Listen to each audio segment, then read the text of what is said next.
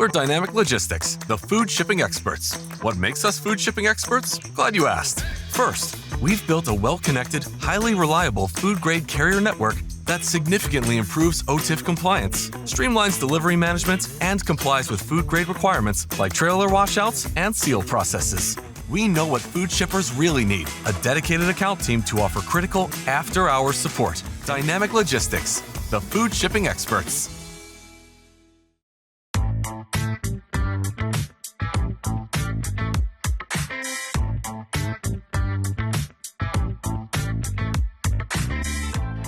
Welcome to Running on Ice, the coolest community in freight. I'm your host, Mary O'Connell, bringing you the latest tech updates, warehouse news, and everything happening in the cold chain world. Not only is it the coolest show in freight, but there's also Running on Ice, the newsletter that could not be colder. You can subscribe to that on freightwaves.com/runningonIce. Today, we welcome Evan Santu, Head of Special Projects and Partnerships at Amplify Group. Welcome to the show, Evan. Mary, it's a pleasure always, and we're big fans of the show, and it's great to be here. I'm excited for today.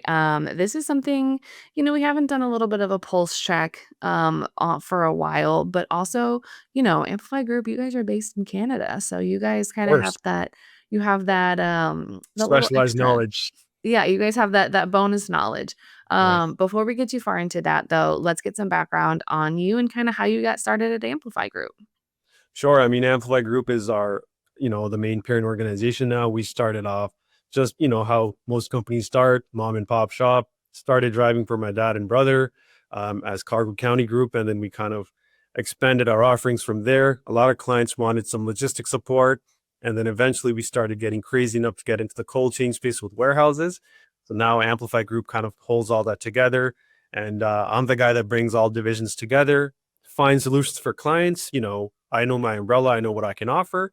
And I kind of just decipher whatever we can offer to them to make them the best. I like that approach. You are kind of what I like to call like the traffic control guy of like, okay, what do you need? You go here. What do you need? You go here. What do you need? Ooh, that's a new one. Give me a second to figure it out. That's what it is. And a lot of clients, it's not their fault. It's just that they run large corporations and a lot of moving pieces. Sometimes somebody like me has a 50,000 feet view of their business, and that's how we can help them out because we see things that they cannot with their day-to-day operations. I guess what's kind of your favorite part of getting someone that's like, oh, we have this problem A. And then you're like, oh, well, actually problem A could be a result of these other problems. What are some kind of those favorite things you've been able to dive in and be like, actually, we can help you in all of these other ways? A lot of the times, companies that like to go to shippers and manufacturers, they like to make the problem, they like to amplify the problem. We like to amplify the solution. And that's not a tagline. We literally live by that, live and die by that every day. I like to tell clients, if you have a $50 million problem, it's usually because it's the 80-20 principle, right? 80% of your big problems are because of 20% of the inputs. So maybe if you guys change the position of your loading docks or figure out a way to get a trailer drop program set up, or you might not need a trailer drop program because your guys are fast, you guys are creating problems for which solutions are not needed. So it's keeping things simple and not trying to upsell fries with every order. Sometimes you just need a certain thing, and simplifying is usually the best way. I like that. Just kind of, it's something that I think we forget a lot in the logistics space, and especially now when everybody's like, oh, use all this technology, use all this stuff to kind of help, beef up your supply chains. But also I think we forget at its core, just take it back, keep it simple, see what there is to see what solutions there are there. Not that, AI and other technology, not that there's not a place for that, but ultimately you don't need to overcomplicate everything. Just we're moving trucks, Of course, trucks, warehouses, brokerage, it's about companies like us putting it together. And sometimes shippers do need a specialized trucking company that just does A to B. But when you have players like us that can do a little bit of everything, but important enough to not sacrifice quality at the same time, it can really make a big impact on their bottom line. And at the end of the day, the customer has a customer. You want to deliver on time. Something goes wrong, Mary, you want a nice warehouse nearby where you can drop it off and not have a $10,000 bill for 2 pallets, right? That's the main thing. The all important, oh no, something's going wrong. Where can I find a couple pallet spaces to Of just course. buy me some time to solve this problem without the entire product melting and losing everything? Of course. And I think that's where people have to pick their laneways, pick their offerings. And we know where our asset product drives, connecting Toronto, Montreal, which is in Quebec, and Maritimes, Canada, which is a big part of our country. So we position our warehouses in areas where a lot of these bigger companies have problems and volume. So that volume allows us to pay for these warehouses, you know? So I guess when it comes to those warehouses, as you said, you guys have really positioned them in some great places, which, selfishly, I love a good, like, well thought out warehouse placement that's like, no, we actually picked this specific spot for this reason, other than just like, I don't know, we needed one in this center area of our network, so we just picked Right. something. I love a well-researched location. But when it comes to that, what's kind of in the cold chain as a whole, what are you seeing in regards to kind of that storage capacity and the utilization rate? Because we've seen some reports, and we talked about it a couple weeks ago on the show that the storage isn't, it's still utilized, but it's kind of down a little bit. Is that something that you guys are seeing, in Canada or here in the US or just in general? Absolutely, Mary. If I'm like a BlackRock or I'm a private equity guy, I'm looking at the dry space. It's oversaturated. People are running for prices that are much lower than their break-even cost. In the cold chain space, a lot of new entrants are trying to get in, which is fantastic. More competition leads to improving your own game a lot. We wanted it to be our assets and close clients first, kind of like an invitation party first. And then if anybody else comes after that, it's a bonus cherry on top. We knew that we had 50 to 100 trucks in Halifax, Moncton every week. Out of that, we had 15 loads rejected. We needed a place to keep it at, and clients wanted time. Nobody wants to travel 900 miles every time they have a rejection. So if Walmart in Moncton has a rejection for a client, they want to hold it there, we can take care of that. As a whole in Canada, there are a lot of players opening up in Western Canada. That's an area where we decided to partner. Obviously, it doesn't make sense to open our own facility where you have 15 companies coming up. Central Canada, Winnipeg, Eastern Canada, Ontario, it's seeing a new influx of new players like us.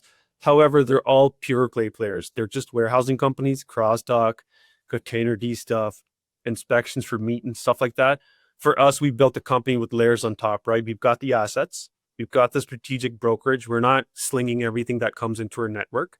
It's got to be complementing, right? Food grade. And the warehousing on top is kind of like, hey, we're putting everything together. I think that's what a lot of players aren't able to offer. It's not something you can buy into. Trust me, we've tried that. Money does not solve the problem of trying to buy synergies, and it's easier said than done. So yes, the cold storage space, it is going to shrink at a certain time, but right now, depending on how the economy south of the border does, we'll be seeing more action in terms of acquisitions for sure.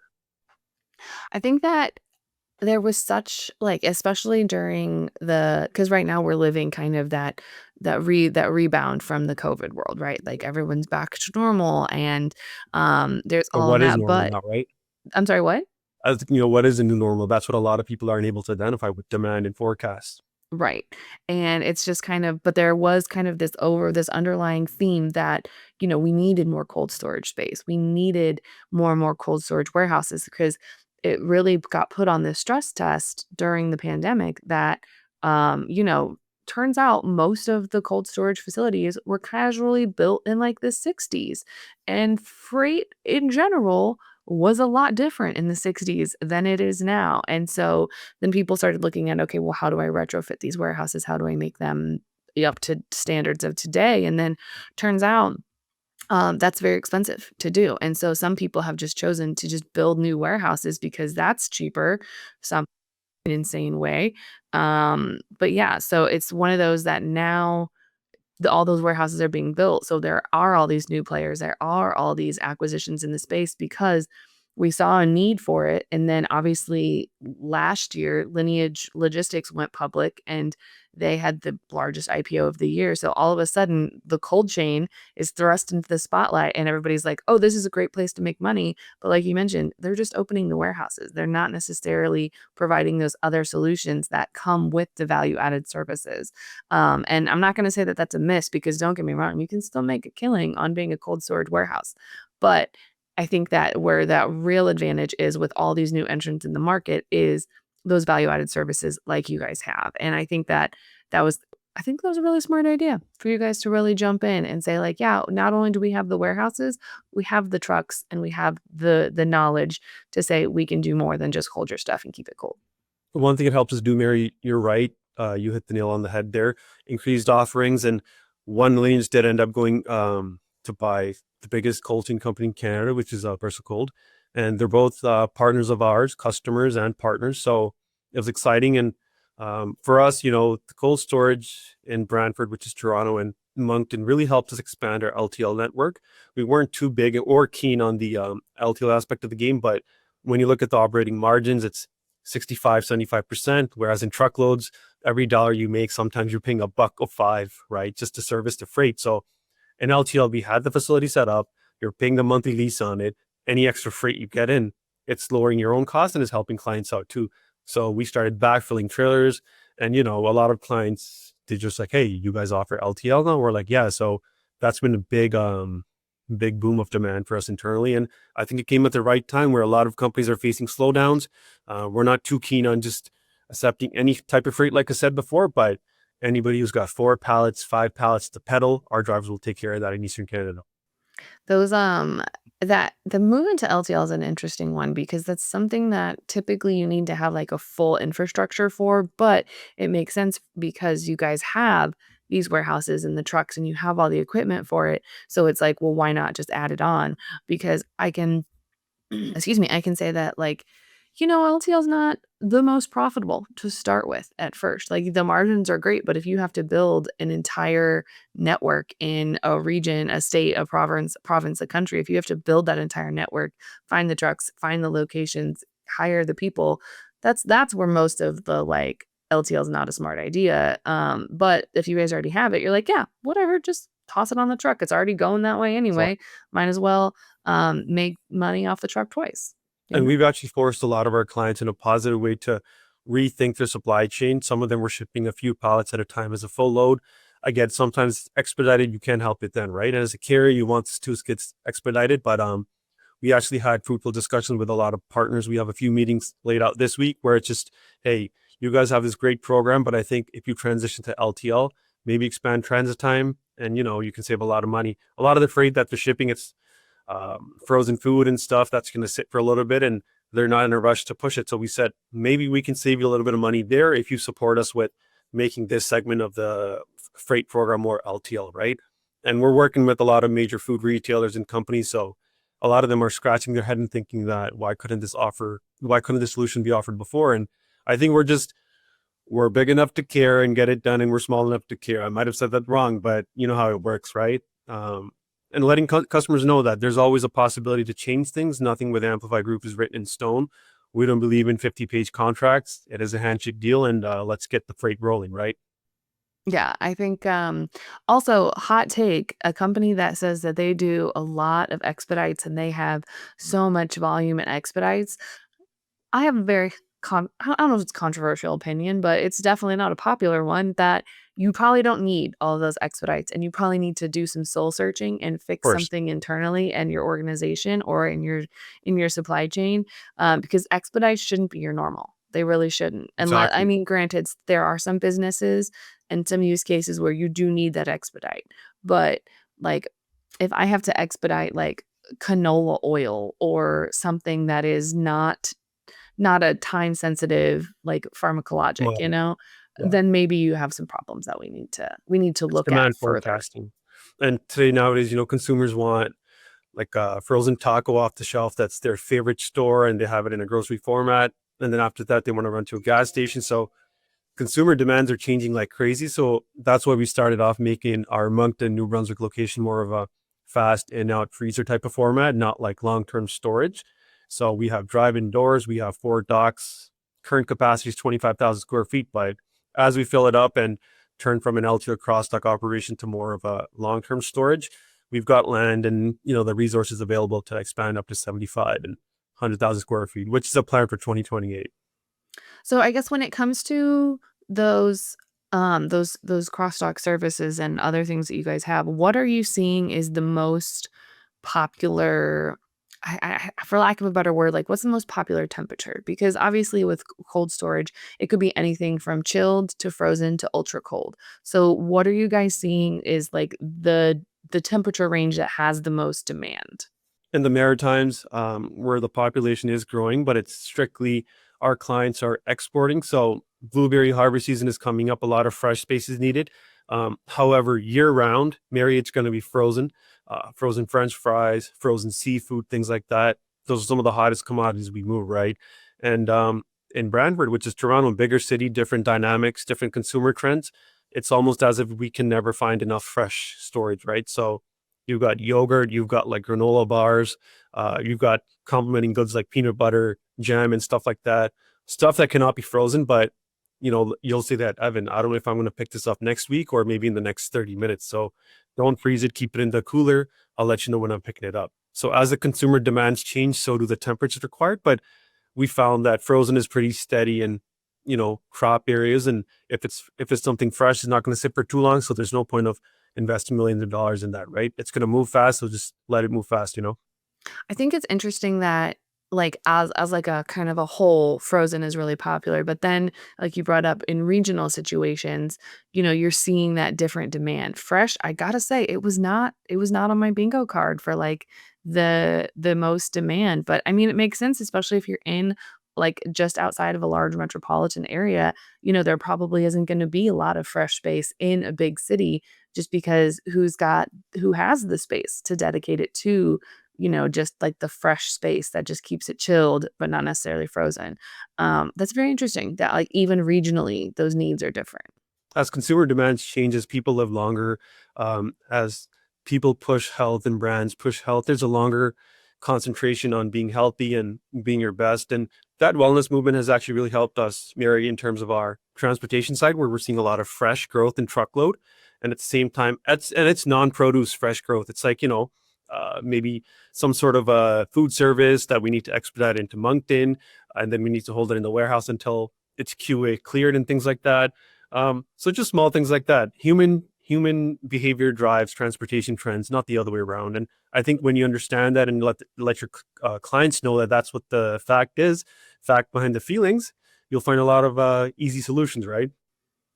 I think that's also kind of really helpful to say, like, hey, we're seeing these trends on like a national, international level, but then also like you can come in and say, well, regionally we're seeing this. So maybe, if you have a shipper that's looking at what should I push out to the market? What are some other trends that are happening? You guys can come in as like a way to back up the data of like, this is what we're seeing. This is, what maybe this report is saying about consumer demand and consumer buying habits, but this is actually what we're seeing like in this transportation space.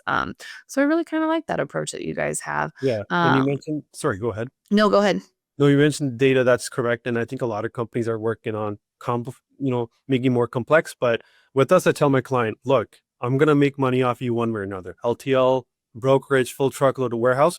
Why don't you actually let me show you the data and maybe see that, hey, let's consolidate 5 different LTLs into full truckload, or let's break a truckload down into 2 LTLs so you can service Montreal, then you can service Halifax in the same week. Because guess what? If you can move 2 loads in a week instead of 1 in each week, I'll save you 8 days of storage. That's $150 off your invoice with one SKU, right? Imagine if I can do that across the board for all your other products. And I think that's what brings clients to us. They know that we're kind of long-term in the game. I'm not looking to have quarterly results. We're a private company. We don't need to have shareholders satisfied. For us, it's drivers, partners, staff. Those are the only people you care, right? That's it. And that's something that we've talked about kind of at length on the show previously is, finding those partners that are there and they want to see your business grow and succeed, just the same way that they are. So it's one of those where, you want someone that's going to have your back, that's going to advocate for you, but then also there you want someone that's going to come back and say, hey, this is where you're wasting money. This is where you're wasting opportunity and leaving revenue on the table. Maybe we should reevaluate this. And if they say no, and they're like, we don't want to do that at this time, then you're like, okay, great. I had to bring it to you because I had to do my job as, one of your partners saying, hey, our relationship's important. This is a step that you can take to save money. I mean, look, I've worked with shippers and they're going to be like, that's a great idea. And that's not going to happen. Keep doing things how they are. You never want to get into, Mary, if you're my client for 5 years and you never want to come back to me in the 6th year and say, Evan, how come for the last 5 years you said you're the smartest guy? You never told me that this existed. This flaw in my supply chain existed. Now XYZ is going to get all my freight, warehouse, and LTL. So for me, I have to jump ahead of that, which makes us scratch our head and not spend all day finding the most profitable freight. We actually have to find real solutions for some billion-dollar companies that even their Oxford and Harvard analysts can't find, ChatGPT can't find. The simple trucker solutions to save millions of dollars. That's how we stay employed. If not, there's no incentive to keep a company like us around, right? We jump ahead of it. That's it. Yeah. And I just I hope you guys get the good shippers that actually listen to some of your recommendations because On air, I got to see everybody's a good shipper. Everybody's on A+ list. that's good. That's what you want to see. Of course. So that being said, dry van had its visibility moment of, ooh, I want to know where my truck is at all times.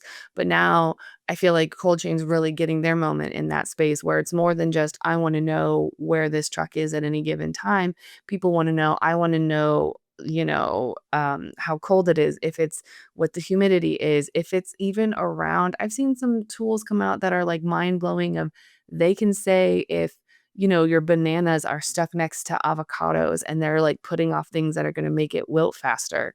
Like they can even like check a freshness, which I'm not a scientist, so I don't know the science behind it, but it seems really cool. So is that something that you guys have really seen that demand for as well? Of, we For want sure. to know more about than just, oh, from point A to point B, this is where the truck went. Are you guys seeing that kind of demand for those different We've solutions? got right now, Mary, we've got people asking us to the case, to the individual item. We've scanned them when we scan a box or skid that comes into a warehouse network.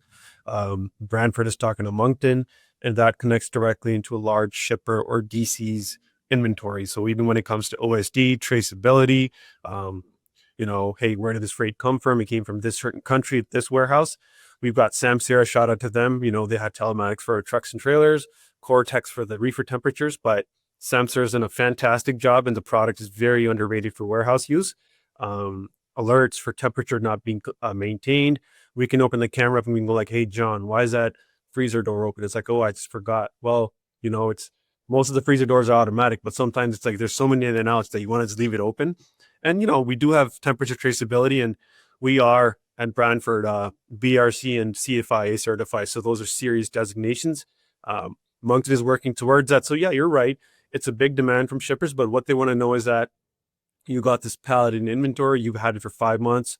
Can you let me know where this one case is at? So there is traceability down to the case level, and we do pride ourselves in that. We don't have to hide and we don't have to change subjects all the time with shippers. And we're a smaller company growing with that cold chain space, so we wanted to fix our processes before we kind of explode into the capacity game. So it's a good question. I like that. That's really kind of impressive that you guys can get down to even that case level because that's something that a lot of larger competitors struggle with, which, is unfortunate for them, but I like that it works for you. Yeah, and it's different requirements from different shippers, right? And somebody who's got 70 warehouses, they're gonna beat me on some scales. And if I'm a smaller guy, I gotta pack a bigger punch. So I need to find my differentiation on service and availability. Yeah. Um, so that being said, we have come to the towards the end of our time together today, but I have a question that everyone that comes on the show has to Sure. answer, and Evan, you are no exception. Sure. Is cereal considered a soup? I would say yes, because if you have cereal sitting in milk and stuff like that, and there are cold soups that are delicacies around the world, and it's just a sweet version of it. It's a sweeter soup. So if you think that cold tomato soup is something that you can consume, cereal and milk is no exception, right? Everybody's been there. They've got a call from their biggest shipper in the morning. I can't finish my Fruit Loops, and it's sitting in the milk, and now it's just a soup. I just have to drink it like a soup, right? So it is a Oh, soup. the soggy cereal, it just makes me so sad, but I'm also like a crisp queen. I like it when it's, like, crunchy. I'll just eat cereal without milk. Um, but that's I respect your opinion. I am a cereals, not a soup girly, but that being Yeah, of said, I see your logic, and I see where you were going, and, course. it's a choice. We move a lot of soup and milk, so I got to give a shout out and say that both are very important. I can't have the demand going down. So the crunchy cereal eaters, we don't like them too much because you guys are not using milk. That's pretty much my take on that. All right, I like it. I like it. If someone has maybe their best recommendation for a cereal soup, or if they kind of have questions about where to get started with their cold chain, where can they find you outside the show? You guys can find us on LinkedIn. You guys can find us online. My email is evan@amplifylogistics with an s.com. I'm 24/7. Our team is 24/7. So just give us a shout anytime. Awesome. Thank you so much for joining us today. Always a pleasure. Thank you. You can catch episodes of Running on Ice here on FreightWaves TV, YouTube, or anywhere you get your podcasts, like Apple Podcast and Spotify. Need more Running on Ice news? No sweat. Subscribe to the newsletter on freightwaves.com/runningonIce. See you on the internet.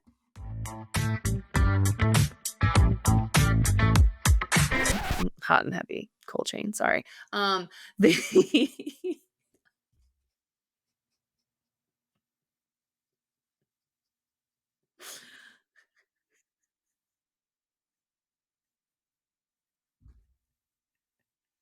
I'm so sorry. I don't know why I cracked myself up.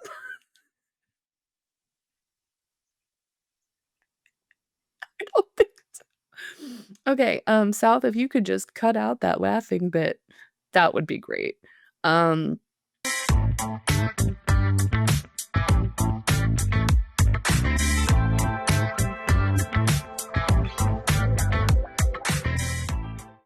We're Dynamic Logistics, the food shipping experts. What makes us food shipping experts? Glad you asked. First, we've built a well-connected, highly reliable food-grade carrier network that significantly improves OTIF compliance, streamlines delivery management, and complies with food-grade requirements like trailer washouts and seal processes.